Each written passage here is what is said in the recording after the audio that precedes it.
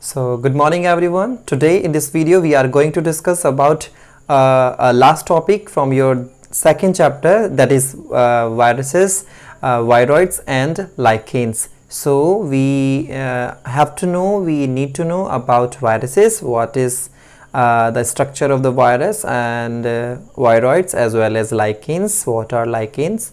So we have to study in this whole session.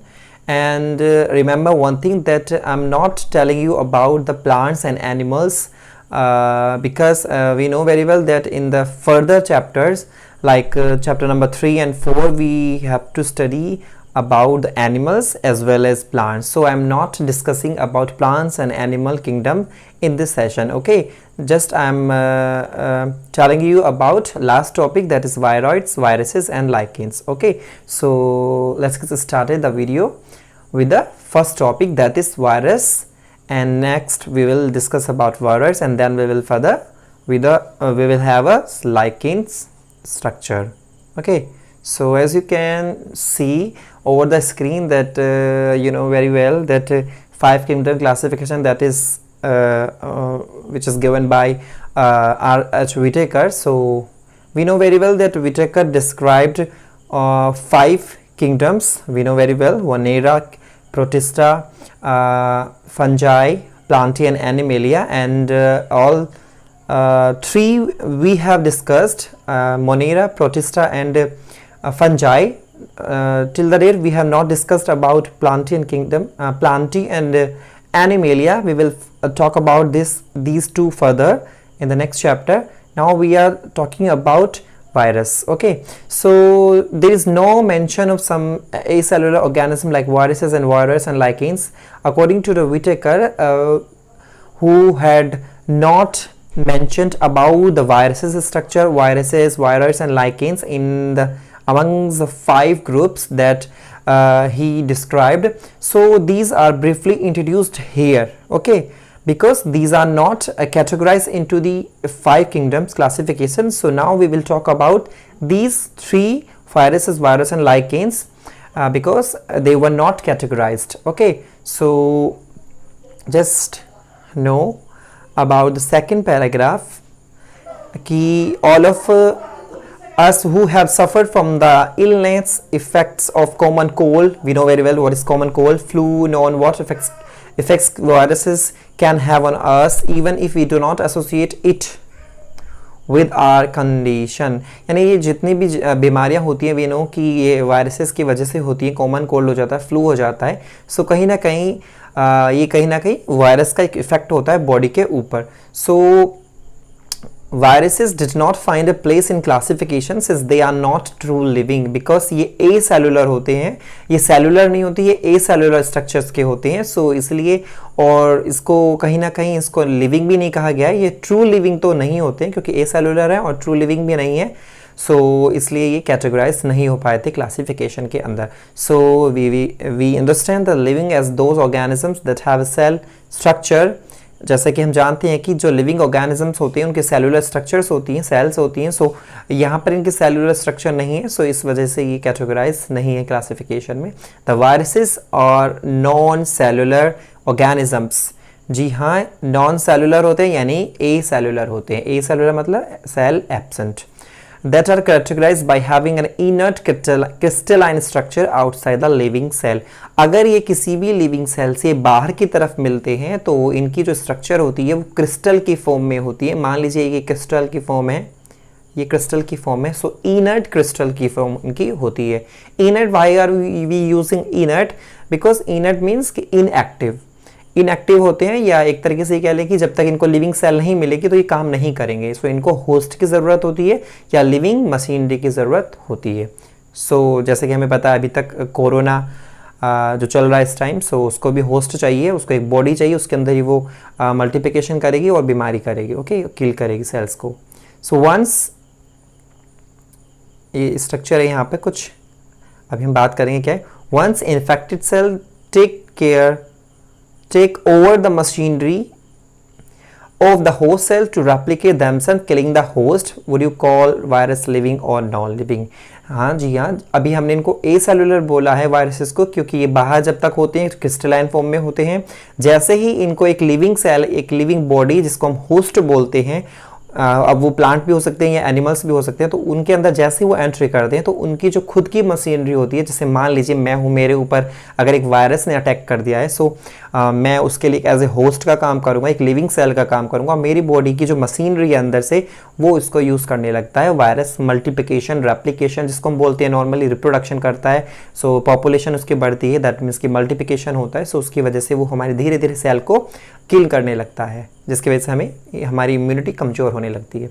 सो इसलिए हम इनको क्या कहने वाले हैं, वायरस क्या ये लिविंग है या नॉन लिविंग? ये दोनों ही है, लिविंग भी है और नॉन लिविंग भी है। लिविंग कब है? जब ये बॉडी के अंदर एंट्री कर जाता है, लेकिन जब तक ये बाहर रहता है तो इसको हम बोलते हैं नॉन लिविंग। ओके, सो जैसे कि कोरोना आपको पता है वायरस है, जिसके बारे में अलग अलग मिथ और ये हाइपोथेसिस जो चल रहे हैं, जो कि फेक अकाउंट्स ज़्यादा चल रहे हैं कोरोना के बारे में, रियल कोई नहीं जानता। इवन हमारा तो हक भी बनता है कि हम बायोलॉजी के स्टूडेंट हैं, बायोलॉजी के बच्चे हैं, तो हमें जानना चाहिए कि वायरस है क्या।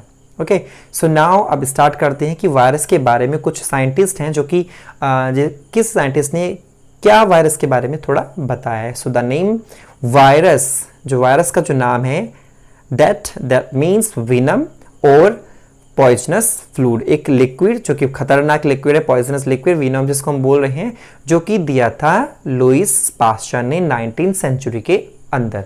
19th सेंचुरी के अंदर जो पास्चर हैं यानी लुइस पास्चर, उन्होंने पॉइजनस फ्लूइड बताया था वायरस को। ओके, फिर इनके बाद दूसरे साइंटिस्ट आते हैं जो कि 1898 में उन्होंने क्या किया, जिनका नाम है डीजे इवानोस्की जो हैं, उन्होंने रिकॉग्नाइज किया टोबैको मोज़ेक वायरस जैसा एक डिसीज।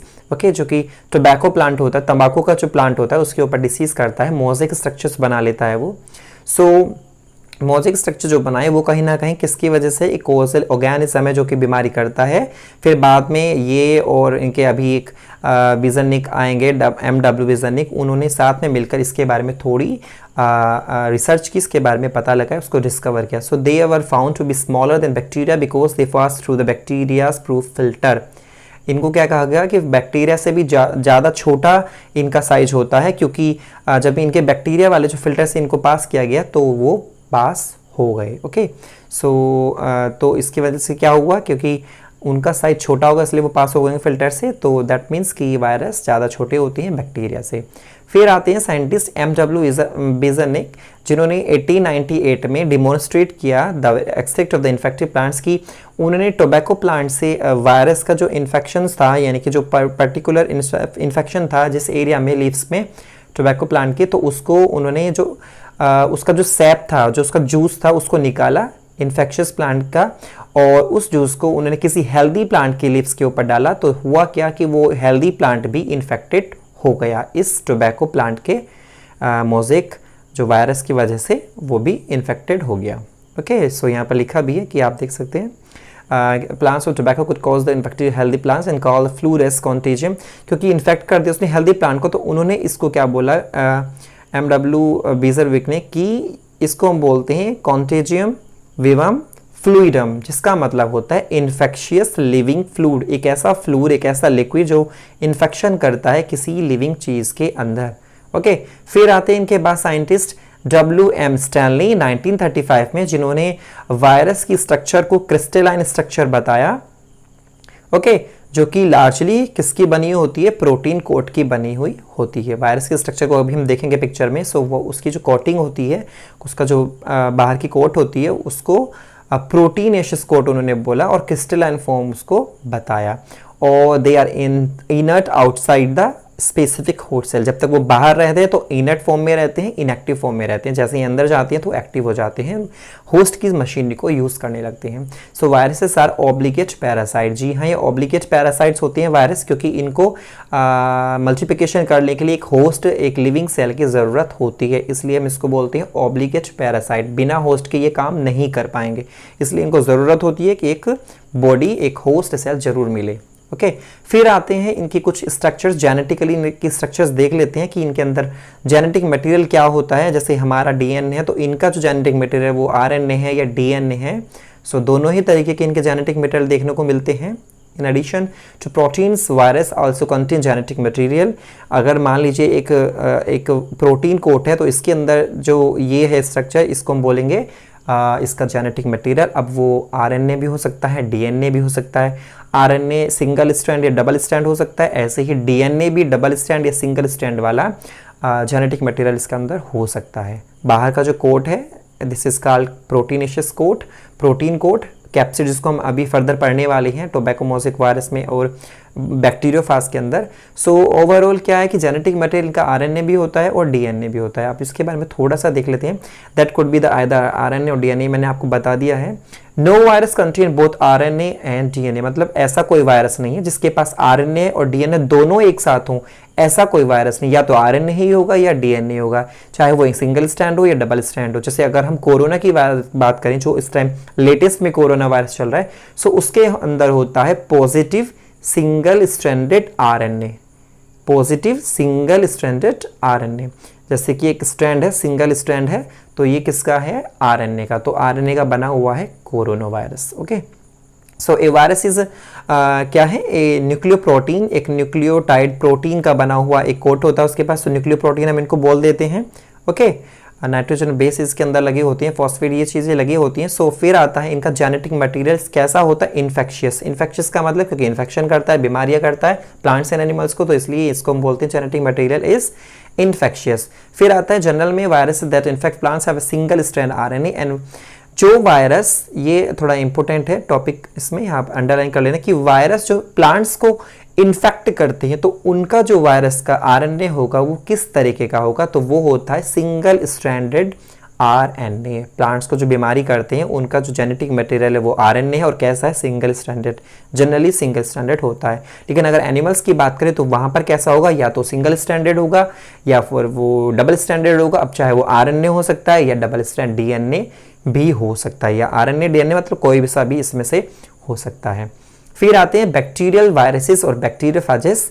जनरली बैक्टीरियल वायरसेस क्यों बोल रहे हैं? क्योंकि जो बैक्टीरिया को किल करने वाले होते हैं या बैक्टीरिया को जो खाने वाले वायरसेस होते हैं, तो उसको हम बोलते हैं बैक्टीरियोफेजेस। फेजेस का मतलब होता है टू ईट, बैक्टीरिया का मतलब पता ही है आपको। सो बैक्टीरिया को ईट करने वाले, किल करने वाले, खाने वाले, उनको हम बोलते हैं बैक्टीरियोफेजेस। तो ऐसे वायरस भी होते हैं जो बैक्टीरिया को खा जाते हैं, उनको हम बोलते हैं bacteriophages. The virus that infect the bacteria, जो बैक्टीरिया को इन्फेक्ट करे, किल करे, जो भी है, तो उसको हम बोल रहे हैं बैक्टीरियोफेजेस। सो यहाँ पर एक यूजुअल स्ट्रक्चर देखने को मिलती है जिसकी हम बात करें, दैट आर यूजुअली, जो एक बैक्टीरियोफेज है वो कैसे यूजुअली कैसा होता है? स्ट्रैंडेड, कैसा? डीएनए डबल स्ट्रैंडेड वायरस होता है bacteriophage. The protein code called capsid made up of small सब यूनिट कॉल्ड कैप्सोमियर्स। अगर हम स्ट्रक्चर की बात करें तो उसकी जो स्ट्रक्चर होती है, अभी मैं आपको दिखाऊंगा, पीछे आपकी बुक में है कि उसकी जो प्रोटीन बाहर का जो कोट होता है, मान लीजिए वायरस है, इसका जो बाहर का कोट है ये होता है कैप्सिड, यानी प्रोटीन का बना हुआ कैप्सिड। और ये जो बना होता है ये इस तरीके से हेलिक्स स्ट्रक्चर्स मिलने हो सकती है, हेलिक्स हो, तो वो होती है, उनको बोलते हैं कैप्सोमियर्स। कैप्सोमियर्स से मिल मिल के बनता है कैप्सिड, प्रोटीन कोट, और जिसके अंदर रखा होता है जेनेटिक मटेरियल।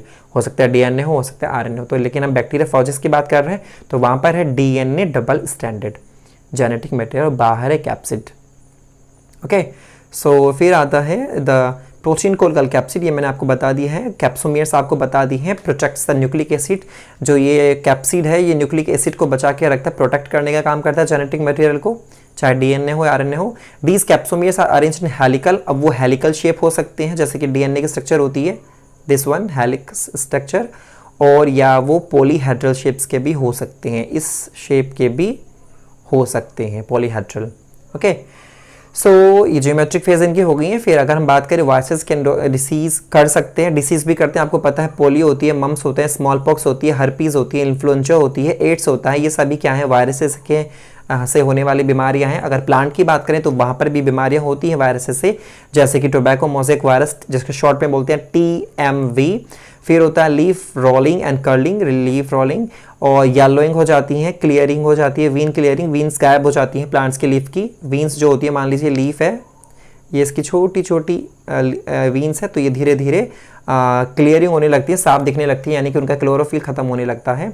डॉफिंग होती है, प्लांट छोटे रह जाते हैं, स्टंट ग्रोथ हो जाती है, ग्रोथ रुक हो जाती है, तो ये वायरस की वजह से बीमारियां हो जाती हैं। सो आई होप कि आपको ये समझ में आ गया है कि क्या वायरस होते हैं। अगर मैं स्ट्रक्चर की बात करूं, ये है जो फर्स्ट स्ट्रक्चर है वो है टोबैको मोज़ेक वायरस की। ओके, सो और दूसरी स्ट्रक्चर जो है वो है बैक्टीरियोफेजिस। ओके, ये है बैक्टीरियोफेज। सो अगर हम इसके स्ट्रक्चर की बात करें तो ये रेड कलर में जो दिखा रखा है वो आरएनए है, और ये है कैप्सिड जो प्रोटीन का बना होता है जो प्रोटेक्ट करता है। और जो है ये है स्ट्रक्चर बैक्टीरियोफेजिस, जो कि हेड स्ट्रक्चर दिखा रहा है, पॉलीहेड्रल शेप दिखा रखी है। जो प्रोटीन कोट जिसको हम बोल रहे हैं, this one is protein coat capsid, और जो कि बना होता है कैप्सोमियर्स का, और जिसके अंदर होता है genetic material. Okay, genetic material होता है जो कि आपको पता है इसमें डबल स्ट्रैंडेड वाला डीएनए होता है। और बाकी ये जो है इनकी टेल फाइबर्स हैं जो कि बॉडी के अंदर एंट्री करने के लिए यूज़ होते हैं।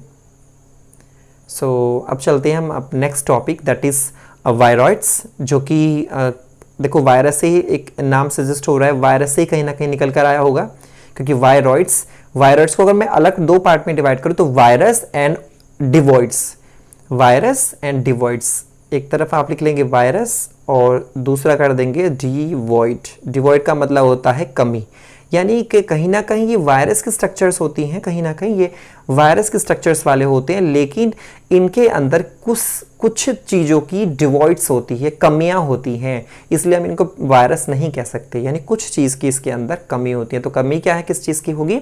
जैसे वायरस के अंदर प्रोटीन कोट होता है, तो इनके पास प्रोटीन कोट नहीं होता, इनके पास फ्रीली आरएनए होता है। मान लीजिए ये एक स्ट्रक्चर है, तो ये है वायरॉइड, क्योंकि इसके मैंने चारों तरफ से इसको कवर्ड नहीं किया, प्रोटेक्ट नहीं किया, कैप्सिड नहीं बनाया, यानी प्रोटीनेशियस लेयर नहीं बनाई।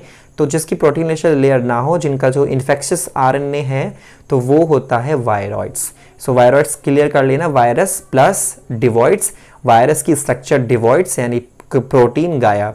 अब इन्होंने 1971 में टी.ओ. डीनर हैं जिन्होंने डिस्कवर किया है इन्फेक्शियस एजेंट जो कि है viroid, that was smaller than virus, virus से भी छोटा होता है, और जो बीमारी करता है पोटैटो के अंदर स्पिंडल शेप पोटैटो की शेप होने लगती है, और जो कि होता है founded to be a free RNA, और फ्री आरएनए वहाँ पर होता है, प्रोटीन की लेयर वहाँ पर नहीं होती। सो यहाँ पर लिखा भी है it lacks the protein code that is found in viruses.